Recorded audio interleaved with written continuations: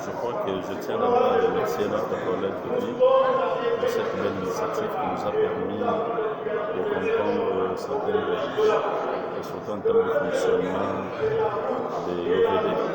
Ce qu'il faut comprendre ici, l'OVD, c'est un établissement public à caractère technique et administratif.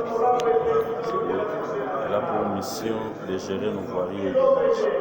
Mais vous allez constater que dans la pratique, c'est comme si cet établissement a abandonné sa mission. Je vous donne un exemple. Je suis élu de Kinshasa, plus précisément dans la circonscription de la Tchangou, où aujourd'hui, sur nos fonds propres, moi et mon collègue, nous sommes en train de rendre une route praticable. Parce que cette route est dans un état de délabrement très avancé. C'est au niveau des routes locales, entre les avenues Tadila, Ivangamene, Mwingu, Londolo. La route est impraticable. Et nous avons intervenu par une question, étant donné que c'est une question avec débat, et ça c'est le débat général. Nous avons compris que l'OVD percevait toujours ses fonds au niveau national, au niveau de la Banque mondiale, au niveau de l'Union européenne, au niveau de la BAD, au niveau des JICA.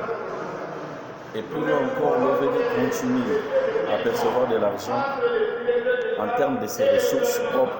Il fait des locations des engins, des tractopelles et autres. Mais curieusement sur terrain, en termes de planification, en termes d'accomplir sa vision, l'OVD fait absolument rien. Je vous donne un exemple de projets tels que Kin Elenda, des projets tels que Kin Centro. Les moyens ont été déboursés.